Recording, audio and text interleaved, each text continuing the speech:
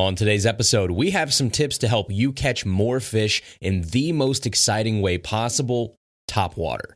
So those vicious summertime strikes are what we live for as bass anglers, and today we're going to talk about a few ways to help you experience those blood-rushing blow-ups a little bit more often. All that and more on this episode of Tackle Talk. Hello everybody, I'm Bill Dance, and you're listening to Tackle Talk.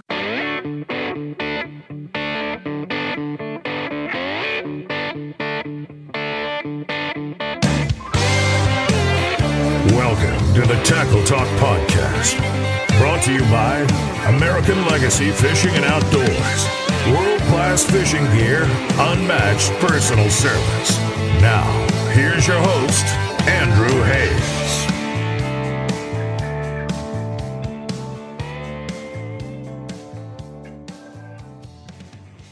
Hey everybody, welcome back to another episode of the Tackle Talk Podcast. As always, we are brought to you by American Legacy Fishing and Outdoors. And ALF should be the first place that you're checking for brand new rods, brand new reels, line, an ever-expanding line of baits. They have an amazing customer loyalty program that can give you up to 10% back on every single order you purchase if you're an elite member. If not, they also have a free rewards program that helps you with just your normal purchases every day, even if you're not an elite member. They have the best service that I've ever used from anybody in the fishing industry that's supplying rods, reels, baits, things like that. They're right out of southern Indiana in Evansville. They're a great Midwestern company that takes care of their folks. They also have a price match guarantee in writing on their website. So if you find a better price somewhere else, email them, call them, message them. They will match it. They want to make sure you get the best gear with the best service and shipping that you've come to expect from ALF with the best price that you can find anywhere. So go check them out over at www.americanlegacyfishing.com. Whether you're looking for new gear or the internet's best selection of lightly used gear,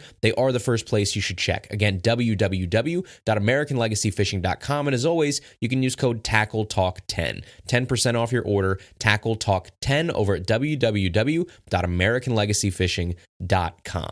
All right, everybody, no Major League Fishing news, no Bassmaster Elite Series news. We did have the Opens just wrap up. Shout out to Jay Shakurit, who secured the Opens win up on St. Clair. Big congratulations to Jay. Awesome to see. But we are going to jump right into today's episode. The first thing we're going to talk about here is that next week's episode is maybe the biggest fan favorite episode that we do all year long. It is our full recap of the iCast show. So if you're new here, on Tuesday after work, I will hop right on a plane, fly down to Orlando, Florida on my own dime. No one's paying for me to go down there. I'm doing it all for this show out of my own pocket. And I attend iCast 2024 on Wednesday and Thursday before hopping right back on a plane really late Thursday night to get back here at like 1 or 2 a.m. in time for work the next day on Friday. So after work on Friday, after work on Saturday, and after work on Sunday, I'm going to be busy editing, mixing, and piecing together a massive episode, usually a very long episode of Tackle Talk, where you get a completely unbiased, comprehensive look at the iCast show. So we talk about the good, we talk about the bad, the things that we're genuinely excited about, the things that seem like gimmicks, the oddball items. We cover it all. But since last week's episode, there have been a ton of items that have been released or leaked or speculated, whatever you want to say, but there's still a lot more to come. There's a lot that's being kept secret until the show. There have been some like really slight teases at some things, but again, just based on the conversations we've had with some folks, there are so many products coming out at iCast that have not even remotely hit the internet yet, so we're very excited about next week. But like we talked about in last week's episode, we're not going to go over the list of items that have been announced so far because, again, we don't have the full picture yet, the full list of new items, and we haven't been able to go down to touch them, to feel them, to talk to people, and really get a better feel for those products. So I know a lot of you are really itching for the new gear talk. That's like the cool thing to do right now. Obviously, this time of year is talk about all of the new gear that's going to be coming out, but we did give you a little sliver of that new gear talk last week with the new 2024 product lineup from Daiwa. But this week, we are going to steer clear of all iCast new products because next week we have have it all. We're going to have the full picture and not just telling you what's coming out, but actually giving you a true regular Joe's opinion on how those products felt in our hands, what we heard from the designers, and what passed kind of our sniff test here at Tackle Talk. So get excited. My favorite episode of the year is right around the corner. We'll have a ton of interviews, a ton of exclusive conversations that you'll only hear on Tackle Talk to help you decide what you want to spend your hard-earned money on in 2024 and beyond. So that is our full iCast episode coming at you next Tuesday. Okay, everybody, the next thing here really quickly, and it's much more of a somber note. This past week, the president and CEO of Lifetime Products, which is the company that makes Lifetime kayaks, and his daughter were tragically killed in a crash in Ogden Canyon, Utah. So Richard Hendrickson and his daughter Sally both sustained fatal injuries, and his wife and 2 other children sustained non-life-threatening injuries as a result of the crash. So the report says around 1 p.m. Saturday, the Hendricksons were traveling west on State Route 39 inside the canyon in an SUV pulling a boat when a tow truck hauling a bulldozer approached from the other direction, according to KSL.com, citing information from the Utah Highway Patrol. As the 2 vehicles passed, the bulldozer reportedly fell off the truck's flatbed onto the Hendricksons' SUV. So other than this just being an absolute terrible tragedy, obviously, as any loss of life is, we mention it here on Tackle Talk today because I just know from having conversations with a lot of our listeners over the years, so many of you either do or have had a Lifetime kayak at some point in your life. Lifetime kayaks are those trusty, affordable, $150, $200, $300 kayaks that you can find at Tractor Supply Company, Walmart, Dick's Sporting Goods, a lot of big box chains in the outdoor stores across the country. So for those of you that don't have that $1,000, $2,000 to drop on a kayak, a Lifetime is often a great choice to still give you the opportunity to get in a kayak and off the bank. So today we are keeping the entire Lifetime family in our thoughts as they lose their president and CEO and his daughter to a terrible accident. We continue to pray for the recovery of those other 3 family members that were in the vehicle, and we invite you all to pray along as well for the Hendrickson family and the Lifetime family. All right, everybody, next up here, we are going to spend some time today talking about tips for topwater fishing because, at least around here, the morning and evening topwater bites have been on, and it's just going to get better as we go through the summer and into early fall. We kind of talked about this pattern a little bit when we've been talking about frogs a couple weeks ago, kind of the same thing with topwater in general. Right now is, at least around here, where it seems to really pick up morning, evening, and then as we get into early fall and late fall, they're just those days where you can throw topwater all day long, and it's awesome. But as fun as it is to get out there and chuck and wind a prop bait or fan cast a spook and keep that comfortable cadence cast after cast, it's also important to remember there are things we can do to increase our chances of success when it comes to topwater bass fishing, both smallmouth and largemouth. So we're going to go over some things today that I personally try and keep in mind when I'm out there on the water this time of year throwing topwater. So let's jump right in here. The first tip that we're going to give you guys today is to throw topwater where you otherwise couldn't throw anything else. So what does that mean? It means use the benefits of a topwater lure, aka never going below the surface and exposing itself to whatever obstacles lie below to your advantage. There are plenty of places I can think of that are so snaggy, so weedy, so treacherous under the water that I would never throw anything like a Ned rig there. I would never throw anything like a wacky rig there. I probably wouldn't throw jigs a lot of these places. Things that are going to go down there, crankbaits, obviously, jerk baits. There's so many things down there to get snagged on that I just wouldn't throw a lot of those subsurface lures in those areas because I know I'm going to lose them. There could be a giant root ball right below the surface, a never-ending laydown. It could be rebar palooza from a broken bridge or something. Whatever the case may be, whatever lies below that surface that prevents you from fishing that area effectively with bottom and subsurface lures, a topwater can go there. If there's water there at all, there is a topwater lure that can effectively fish that spot. So right now, I'm thinking of one bridge in particular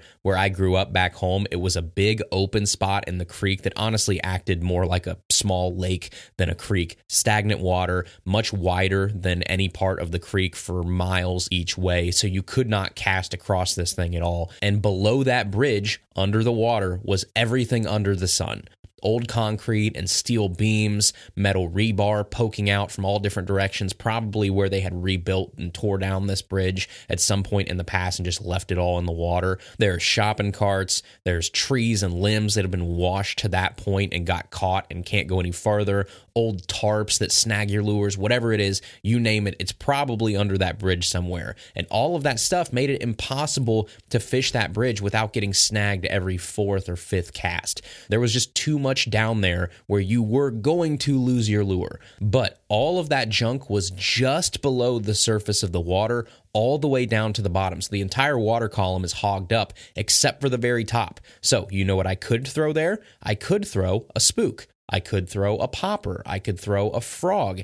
Anything that didn't sink more than 6 inches to a foot, I could actually throw there because that's where all that junk started below the water. And because there was so much junk and so much crap in the water right there were quite a few fish that lived under that bridge because there's so much habitat for them, so much protection for them to sit in all year long. And topwater was the only way that I could fish that bridge effectively. So do that. Use topwater to your advantage. Throw it in places where the current is too fast to throw anything else. Throw it in places where the weeds are too dense to throw anything else.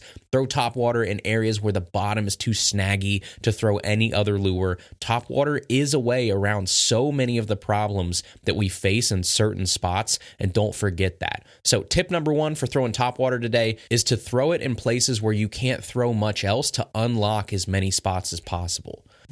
All right, everybody, we'll get back to the episode here in just a second, but first we are brought to you in part by Mossy Oak and Mossy Oak Fishing. And you guys know Mossy Oak is one of the leaders in the outdoor industry for hunting apparel. Everybody knows that, but you should also know Mossy Oak is one of the industry leaders in fishing apparel. They have a full line of fishing apparel that is made specifically for us as anglers out there on the water. There are long sleeve shirts, there are short sleeve shirts, there are hoodies. I have them all for any season, any weather. I trust Mossy Oak. Right now, the tech shirts are lifesavers. They keep me from getting sunburnt. They keep me cool all day long so that I can actually enjoy my time out on the water, even when it's 98 degrees outside and absolutely miserable. Mossy Oak is there to help. There is a reason why you're going to see people like Kevin Van Dam, Greg Hackney, Brandon Polnick, Gerald Swindle, all these guys wearing Mossy Oak fishing apparel while they're out there on the water. You don't have to take it from me. When they have hundreds of thousands of dollars on the line, those guys are rocking Mossy Oak. So go over and check them out over at www.store.mossyoak.com. Click fishing at the top of the page and you'll see their full line of apparel. Again, that's www.store.mossyoak.com. Trust the best with Mossy Oak. Okay, tip number 2 here for topwater fishing is going to be to stop overthinking the color of your lure on anything except the belly. And this is a simple one, but it's worth reminding ourselves of as often as possible. The top color of your topwater lure doesn't matter like 99% of the time. The color on top especially, and most of the time even the color on the sides of the lure, doesn't really make a difference to the success of that topwater lure. All of these colors they make, so many of them are made for us as anglers and not necessarily the fish. So there are exceptions that we'll talk about to this rule, but for the most part, I really concern myself with the belly. So think of like a frog. A frog's belly is the only thing that's below the surface that a bass can visibly see. Not necessarily the sides, definitely not the top of the frog. So when I'm shopping for a frog, I'm looking for belly colors and leg colors only. I don't really care what the top or what the sides of that frog looks like. If anything, I would say they should make the tops of frogs like fluorescent or glow in the dark or something to make them super easy to see from a boat or from shore and easier to tell when that frog is actually taken under the water or it's just short struck, but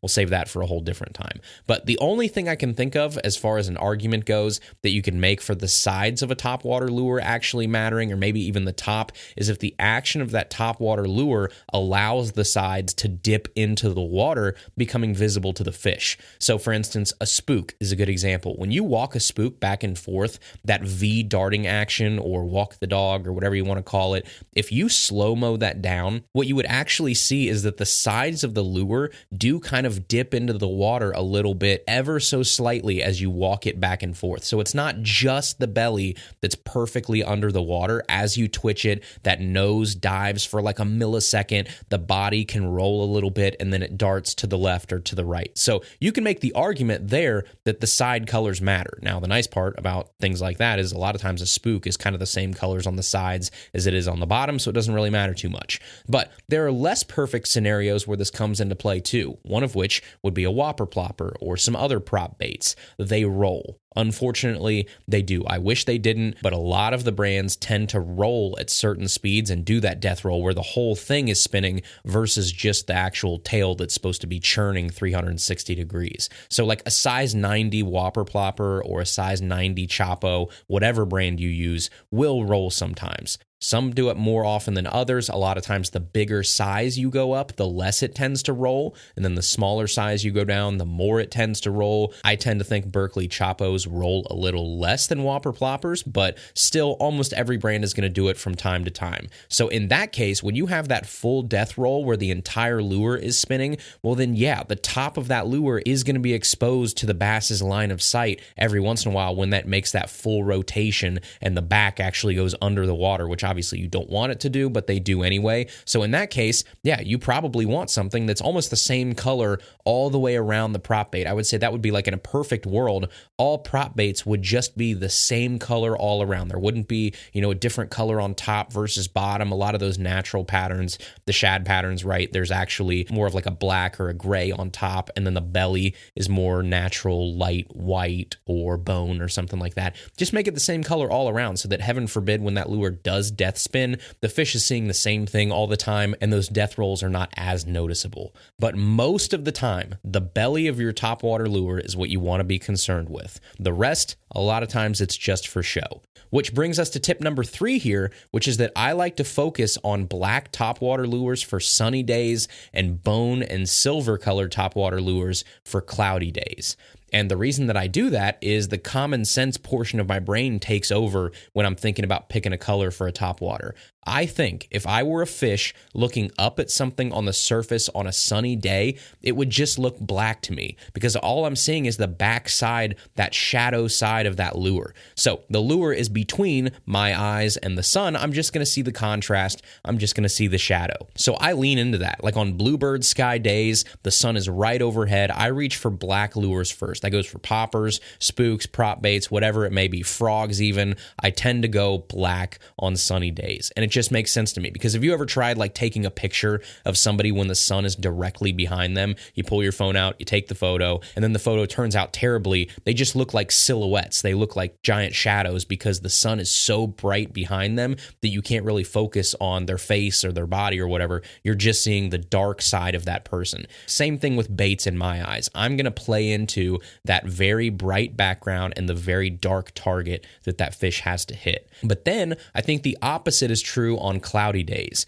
On cloudy days, I reach for the most natural color I can find in my box because I think those fish get a better look at that lure and the true colors of the underside of the bait when it's cloudy. It's the same thing on a cloudy day. You can take a picture of anybody at any given angle and it usually turns out fine because there's not as highly concentrated of a light source directly in the background of your subject. It's more ambient. The lighting is kind of all around. So in that case, I go silver, I go bone, and I go natural colors. Okay, so there's 3 tips. We're going to get into tip number 4 here, which is going to be that I like to run snaps on almost all of my topwater baits, especially those that walk back and forth. Now, frogs, no. Obviously, take frogs out of this equation. I'm talking about spooks. I'm talking about poppers that you want to kind of walk back and forth. And I'm obviously not going to explain why I run snaps in general because we've talked about that a billion times on this show. Faster changing of lures, more convenience, more efficiency. Those are all very important to me. But with topwater lures, even the most diehard of pros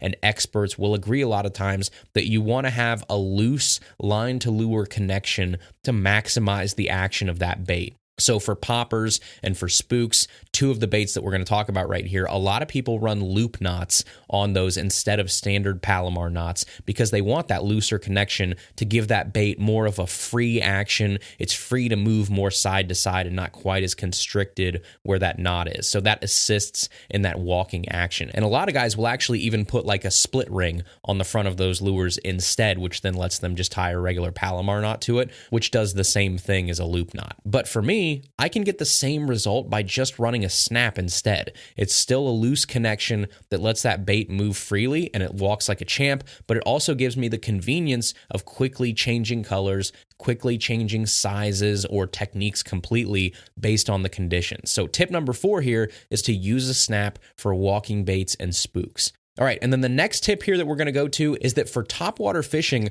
fluorocarbon isn't always the enemy. So many times people get it in their head that you can't throw topwater on fluorocarbon because fluorocarbon sinks. And that's partly true. Many fluorocarbon lines sink easier than mono or braid. They don't have to wait for as much of that water tension to be broken at the top before they start to kind of fall down a little bit. That part is true. So I typically don't recommend using fluorocarbon for walking baits, for frogs, for poppers, for things like that. If you're really, really concerned about the pull angle of your line, because as that line sinks, then you do get a much different angle as you chug that popper or you walk that spook or whatever than you would if the line was actually still on top of the water, giving you a straight line from your rod to the lure. So I understand that. But what fluorocarbon can be great for is buzz baits. So a lot of times I throw my regular 3/8 ounce and 1/2 ounce buzz baits on like my Texas rig rod or my jig rod, which usually has 16 to 20 pound fluorocarbon rigged up on it. Because the tension of your line as you reel that buzz bait in and you turn the blades of that buzz bait, that's what keeps it above the surface of the water. It's not actually a floating lure, so you don't have to worry about that. It's the fact that you have constant tension on your line. You're never allowing enough slack in your line for the floating or sinking characteristics of that line to make a difference. So with fluorocarbon, you get minimal stretch, which is a great thing for buzz baits because you're setting a single stout hook cleanly, so you don't want really the stretch of monofilament a lot of times. And you also get more invisibility and much more abrasion resistance that braid doesn't give you. And you also get to use a rod that you probably already have with you rigged up for Texas rigs or jigs. So I don't mind using fluorocarbon for buzz baits at all, and I don't think people should necessarily avoid it. In fact, you might even find that you prefer it. All right, let's get to our next topwater tip here, which is going to be that sound actually matters a lot when it comes to topwater fishing. Just as much as the profile and the cadence and the action play a role in eliciting a strike, so does the actual sound or lack of sound, we'll get to in a second, that your lure is making when it's on the water. So think of like a buzzbait. There is a reason that for decades people have taken a brand new buzzbait out of the package and then held it out the window of, their Chevy Silverado as they're going 75 miles an hour down the highway to make the blades spin as fast as possible in the wind, and they just hold it out there for like 10, 15 minutes, an hour at a time, because once you break that buzzbait in, you start to get this sort of natural squeak as the blades turn, and that right there is the holy grail of buzzbaits a lot of times. I've seen it before, an old squeaky, noisy buzzbait that outperforms a brand new, much quieter buzzbait or a more obnoxious clacker right out of the box. The subtle squeak definitely draws in bites sometimes. Same thing when you're thinking of the differences in rattles in certain models of like a spook, for instance, or the lack of internal rattles at all. So if you hold up like a Sexy Dog, which has a very loud rattle in it from Strike King, and then you hold up a traditional Zara spook, which I don't think has any rattles in it, and then you have a Rattlin' Super spook that has BBs in it, you pick up another spook that might have a big one knocker in it, you're going to realize really quickly they all sound very, very different. And that difference in sound above the water is even more intense under the water because sound travels much differently through water than it does through the air. In fact, according to the National Oceanic and Atmospheric Administration, sound moves at a faster speed in water, which is 1,500 meters per second, than it does in air, which is about 340 meters per second, because the mechanical properties of water differ from air. So you have like almost 5 times more speed and more intensity of sound in water than you do in the air. So that is important. That's something that we shouldn't overlook. Don't underestimate underestimate changing up your sound versus just thinking about your profile of your bait, your color, your cadence, things like that. All right, and the last tip we have here for topwater fishing today is that patience after the bite is key, and it varies from technique to technique. So I don't just mean frogs here. We've talked about frogs the past couple months. I'm talking about everything. I'm talking about treble hooked baits, single hooked baits. The one thing that you don't want to do is give them the beans before the beans are even in the fish's mouth. So you do have to wait sometimes depending on what technique you're using. You do have to have a little bit of discipline after that first break in the water's surface. Make sure that your hook set is appropriate with your timing depending on the technique. So with poppers and spooks, both of which that have at least 2 treble hooks on them usually, I would say my normal timing is probably about 1 second after the blow up. Deep breath and then sweep. And I sweep that hook set. I don't hook it hard like I am with a jig fish or something. It's a forceful sort of sweep, usually from the left to the right, just the way that I'm usually sitting in my kayak or whatever. It's almost diagonal. But treble hooks a lot of times do the work for you. You just need enough tension and pressure to drive them and make sure that they're securely in that fish's mouth. They're treble hooks. They're not some big 5/0, EWG worm hook. You have to take that into consideration when you're setting the hook. But treble hook baits, even prop baits, I would say are probably like 1 second after the blow up when I'm going to sweep for that hook set. Now with a buzz bait, it's probably more like 1 to 2 seconds. It's a little bit slower, a little bit longer of a pause, and not like a frog pause, but somewhere in the middle because it's not quite as quick as a trebled topwater either. But I want that fish to get that big back hook in its mouth securely before I swing, because with a buzzbait, I am swinging pretty hard to hook that fish. And I want to make sure that when I'm giving that fish a much more forceful hook set, I only get one opportunity at it and I want to make it count. So there are your tips for topwater fishing today in the summertime. Number 1, throw in places where you otherwise couldn't. Number 2, the belly color is key. Number 3, try black on sunny days and silver or bone on cloudy days. Number 4, try running a snap on all of your walking baits for better movement. Number 5, fluorocarbon is not always the enemy of topwater. Number 6, sound matters, so mix it up with different sound profiles of your lures. And number 7, patience is key after the bite, and it varies from lure to lure. So I hope that helps some of you get out there and enjoy these evenings and early mornings right now, and as we go into the rest of summer and into fall, all day long out there smashing fish on topwater. There's so much to keep in mind out there. It is such a fun way to catch fish. I think it's the reason a lot of us wake up in the morning, is that thrill of a topwater blow up out there on the water. You have a beautiful calm day, and all of a sudden just all heck breaks loose because some fish came up and just tried to absolutely annihilate your buzzbait or your popper or your spook or your frog or whatever it may be. So go out there, enjoy yourselves, and I wish you many a topwater fish as we head into the rest of summer. All right, and finally here, we are going to get into the mailbag powered by Dakota Lithium. This is the Tackle Talk Podcast Mailbag, powered by Dakota Lithium Batteries. Adventure awaits at dakotalithium.com.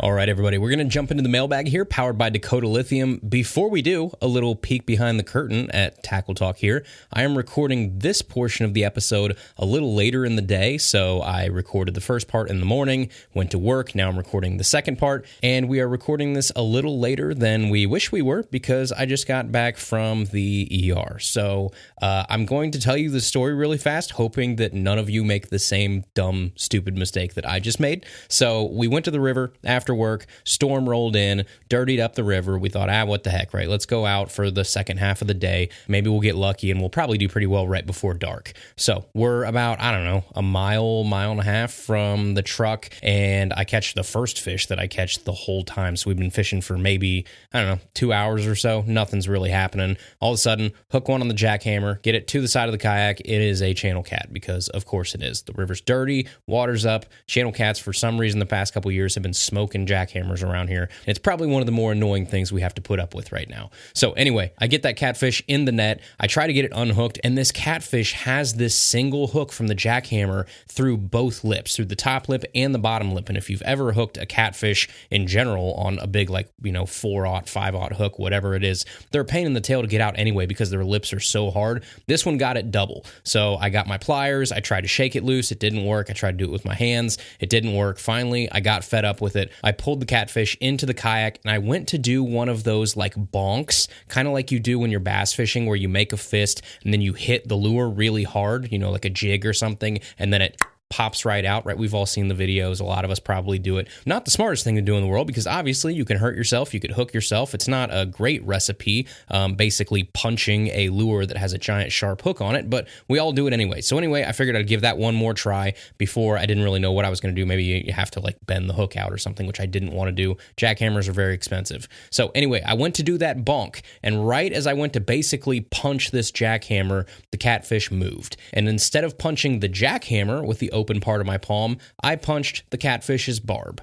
So the barb went straight through my hand all the way through, and then I start basically gushing blood like a pig all over the kayak. And then with the adrenaline, I did what probably made the most sense to me at the time, and I ripped the barb back out of my hand. So those catfish obviously have this really razor sharp barb that comes off of both of their, I think they're pectoral fins probably, but right up front there, they're like steak knives. Well, anyway, I basically punched that with an open hand to go straight through my hand, and then I panic and pull it back out, and I pull a bunch of meat out of my hand basically with it, and now I'm just like a mile away from the kayak bleeding like a little pig. So luckily Ryan was there with me. He helped me a little bit. We got the kayaks back to the truck, went to the emergency room, got all fixed up, all that kind of stuff. They did all the stuff to make sure it didn't hit any of the important stuff, but yeah, we're all good. Basically, I am just an idiot and pierced my hand with a catfish barb. Don't do that. Don't try and do the little bonk thing like you do with a bass, because not only do you have to worry about the hook, which usually when we're doing this with bass, you don't really end up hitting the hook. If you have good aim, you should be hitting the top of the jig or whatever it is you're trying to dislodge.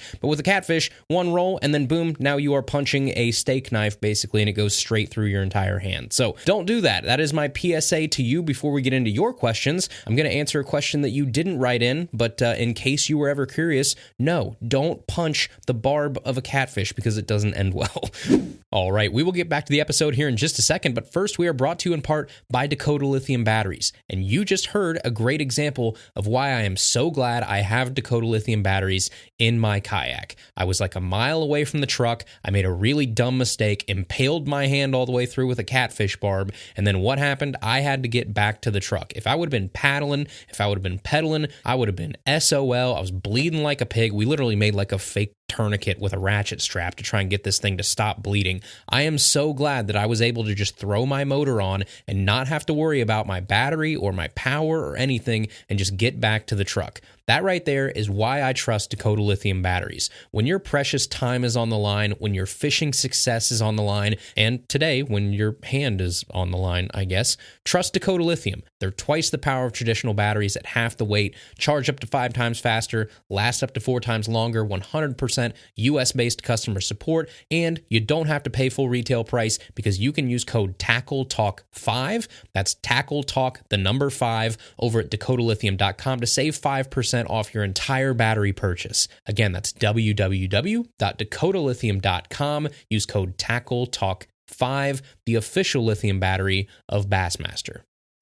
All right, so now let's get into your mailbag questions that you submitted, and we're actually switching it up a little bit on the episode this week. So I've compiled a list of shorter, more concise questions that we've received to the mailbag recently, and in this episode, we're going to do a little bit more rapid fire. So if you're listening to this and you want to write in a mailbag question for a future episode, they don't always have to be super long, super tough, very thought out, complex questions. As long as it's fishing related, there's nothing too complex or too simple. So today, we're going to stick to the lighter, simpler side with questions that we can answer fairly quickly here and get through quite a few of them. So let's jump in here. The first question is from Michaela, who asks, who makes the best soft plastics overall?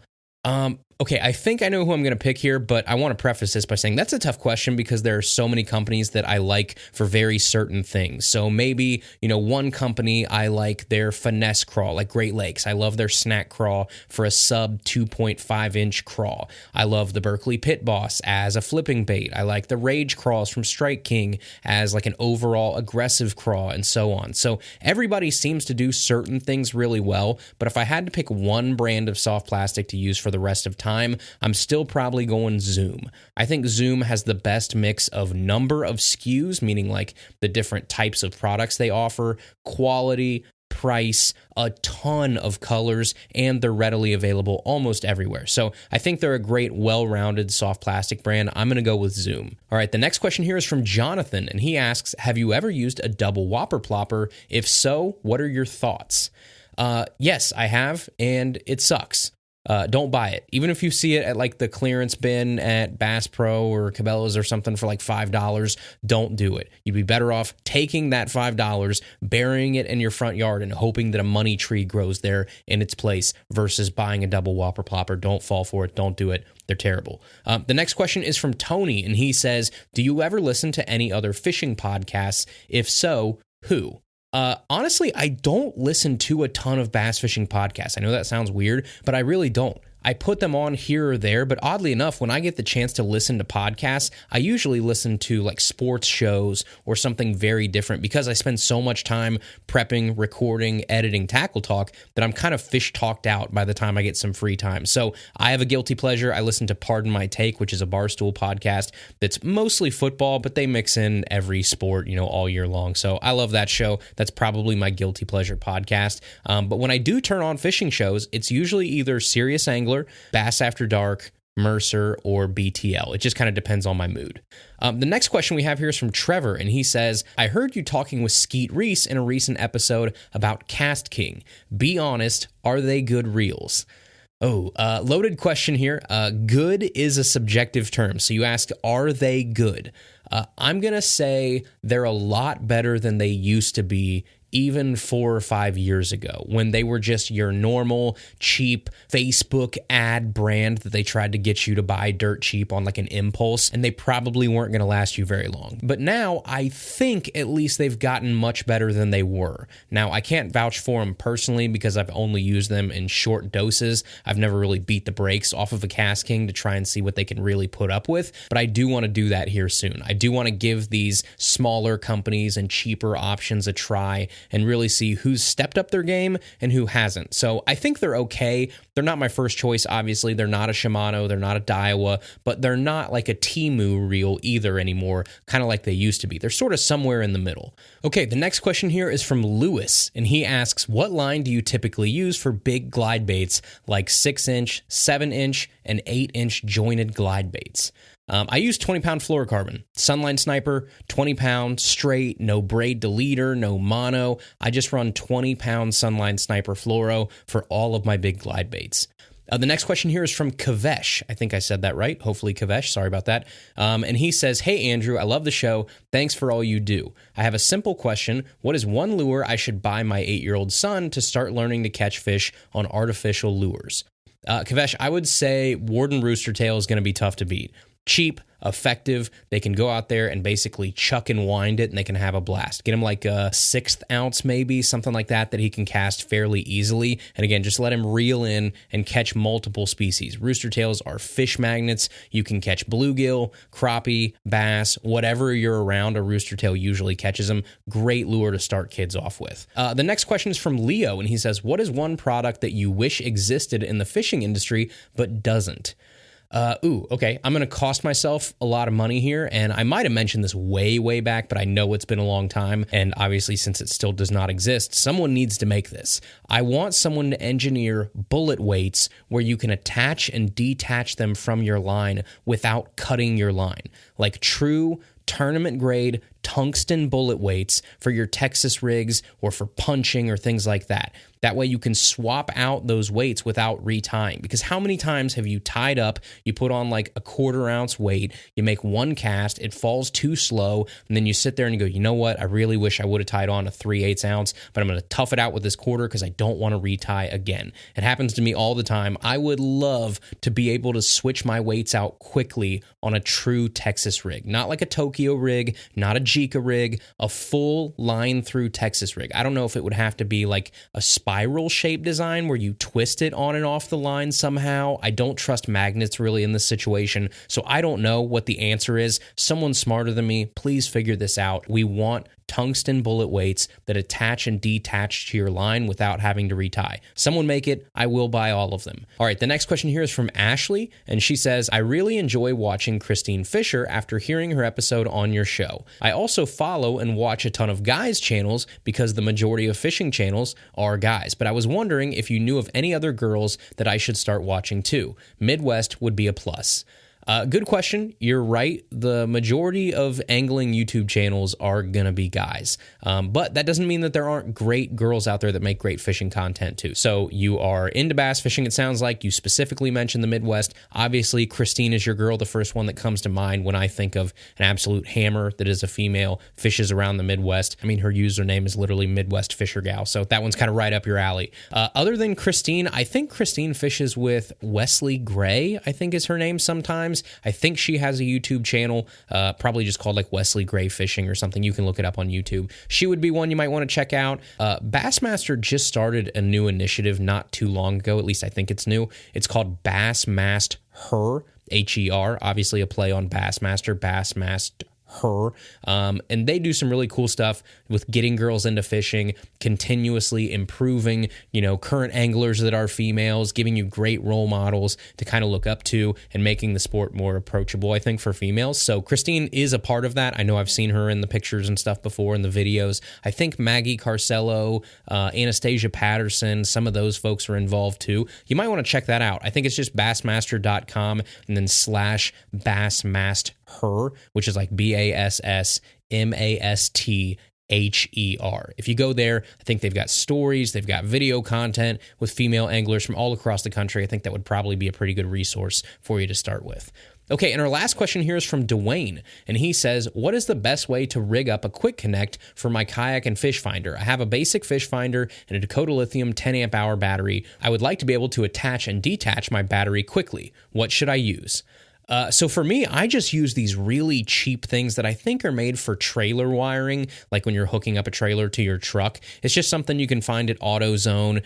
You can find them on Amazon. In fact, if you want to just grab them on Amazon, go to Amazon.com and search iGreely. So it's IGREELY and then space SAE. S is in Sam, A is in Apple, E is in elephant, and then extension 10 gauge. If you search that, it'll pop right up. There's two ends, one with a male positive and a female negative end, and the other one the exact opposite on a matching cord. And you just wire one of those to your power cable of your fish finder, the other one to your battery connection, and boom, now it just kind of pulls apart so you can attach and reattach your battery. It's got little caps on it so you can protect your connection when you're not using it. I think the pair is like $10 for those two pairs, like the male and female end.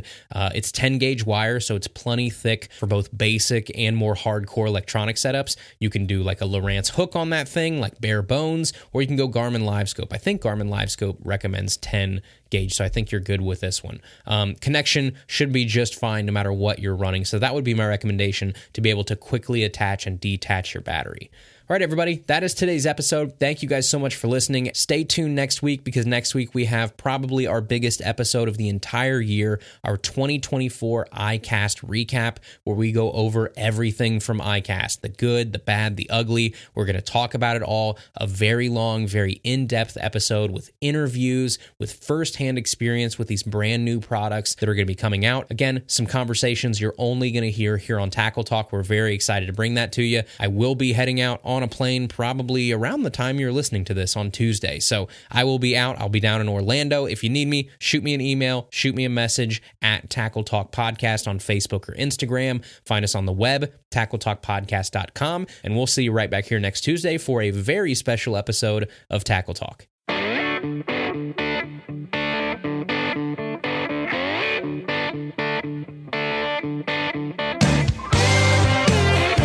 Thank you for listening to the Tackle Talk Podcast.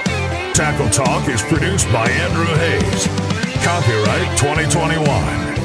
Please subscribe on Apple Podcasts, Spotify, or wherever you listen to podcasts.